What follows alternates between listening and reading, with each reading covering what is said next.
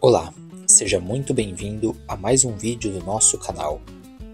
No nosso último vídeo, conhecemos os grandes caçadores da essência perdida do cinema. Vimos a teoria da magia de Morin, a da arte pela limitação de Arnheim e a da fé na realidade de Bazin. 3 tentativas heróicas de capturar a alma do cinema em uma única ideia. Porém, terminamos com uma provocação. E se o cinema não tiver uma alma? E se ele for, na verdade, uma criatura muito mais complexa, mestiça e impura? Hoje vamos conhecer a rebelião.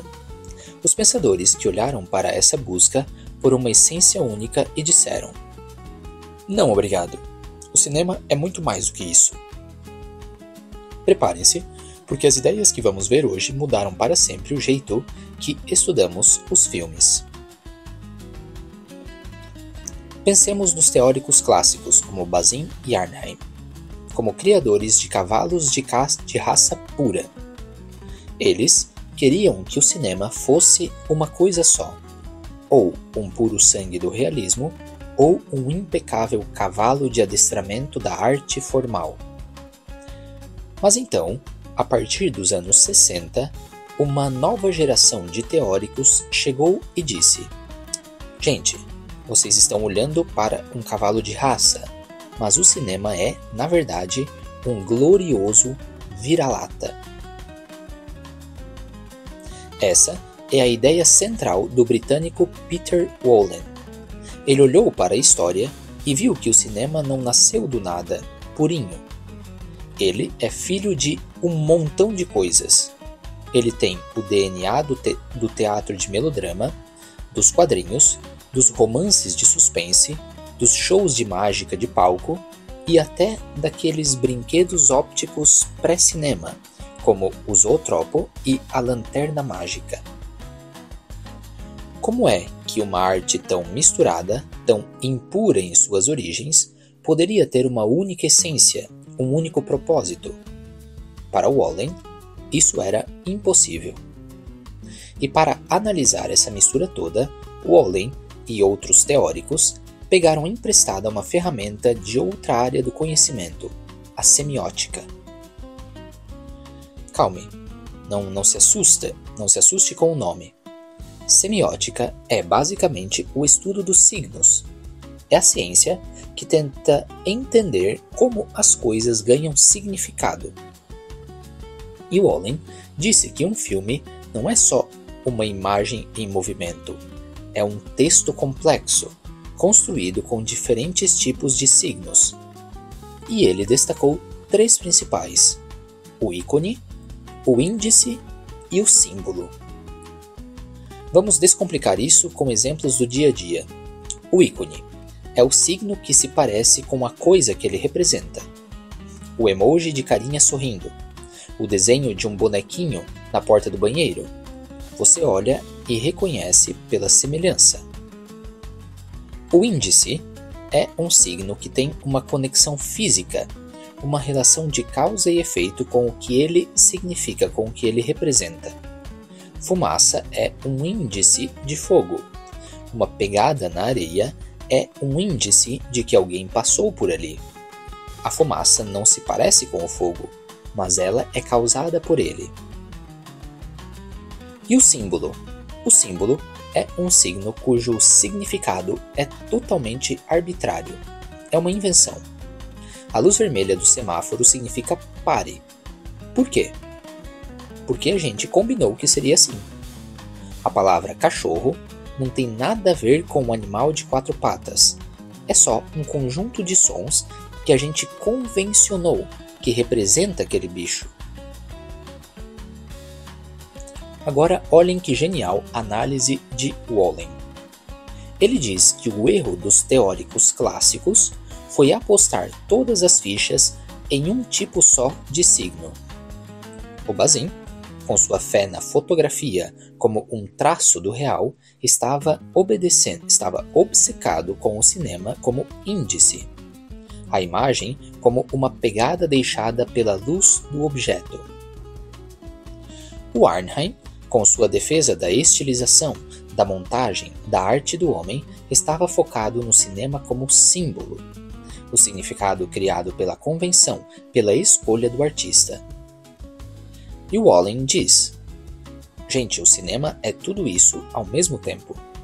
Ele é icônico, a imagem se parece com o mundo, indicial, a base fotográfica tem uma conexão causal com o mundo, e simbólico, a montagem, a música, os ângulos de câmera criam significados por convenção.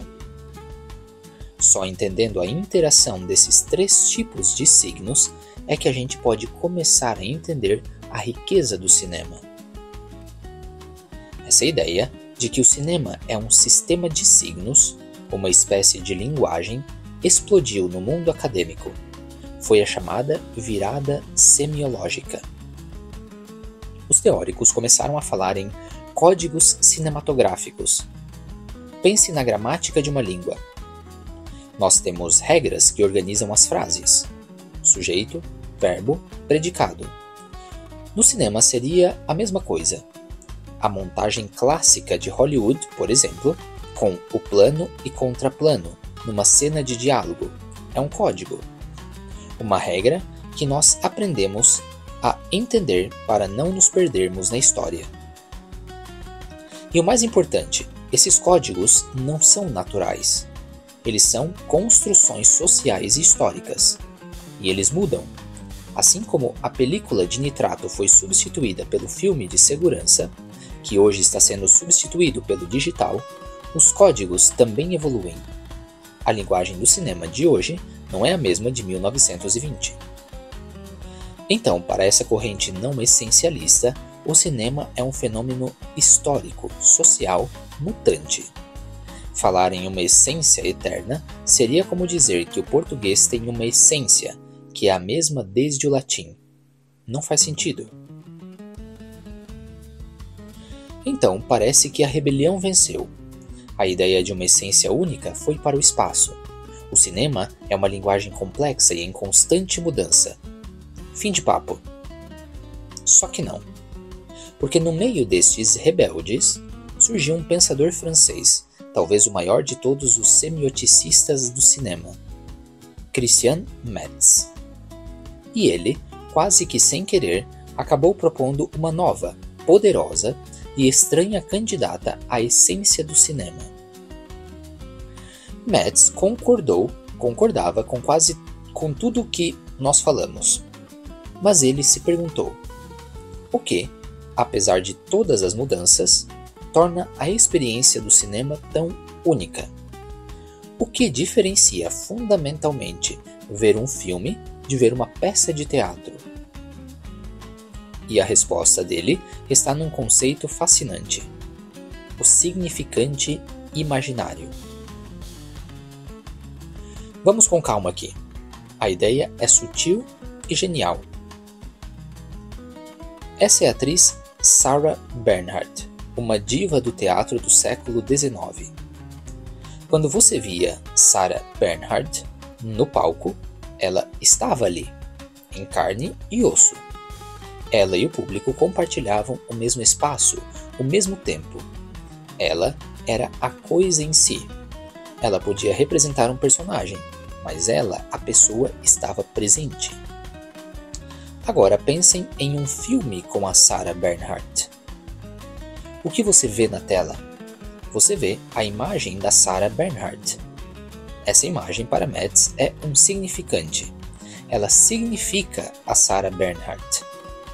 Mas, e aqui está o pulo do gato, a Sarah Bernhardt real, a referente, está ausente.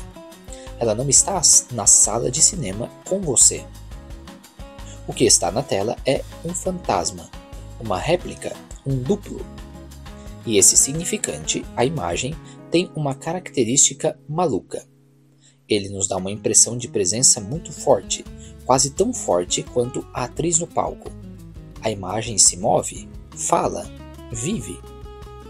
Então, o cinema nos apresenta um significante que é, paradoxalmente, ausente na sua essência, mas que gera uma forte impressão de presença.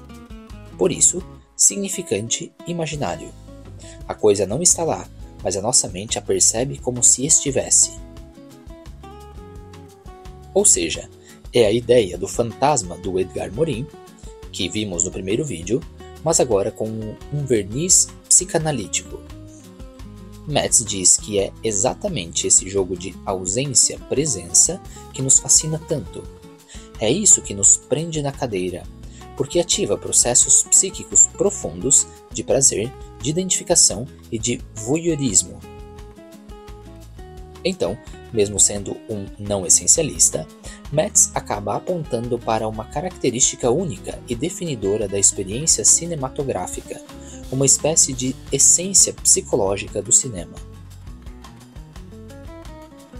Saímos então dos caçadores de uma essência física e artística, passamos pelos rebeldes que diziam que o cinema é uma linguagem impura e mutante, e terminamos com um deles nos dizendo que talvez a essência esteja na forma como a nossa mente processa esses fantasmas de luz. Mas a busca ainda não acabou, porque depois de todas essas discussões sobre arte, linguagem e psicologia, alguns filósofos mais recentes fizeram a pergunta mais radical de todas. Uma pergunta que nos leva de volta ao começo da nossa jornada, a comparação do cinema com o ouro. E se o cinema tiver, sim, uma essência real? Uma essência que não tem nada a ver com a arte que ele produz, com a linguagem que ele usa ou com o efeito que ele tem na nossa mente, mas sim com a sua natureza física mais fundamental. E se pudermos definir o cinema da mesma forma que um cientista define a água como H2O? Essa é a fronteira final da nossa busca, e é para lá que nós vamos no próximo vídeo, que será o último dessa série. Vamos investigar se o cinema é um tipo natural de artefato e explorar a teoria mais alucinante de todas, a da luminescência estroboscópica. Deixe aqui nos comentários o que você acha mais convincente, a ideia do cinema como uma linguagem pura ou a do significante imaginário. Não se esqueça de curtir, se inscrever e ativar o sininho para não perder o desfecho dessa aventura. Um abraço e até a próxima!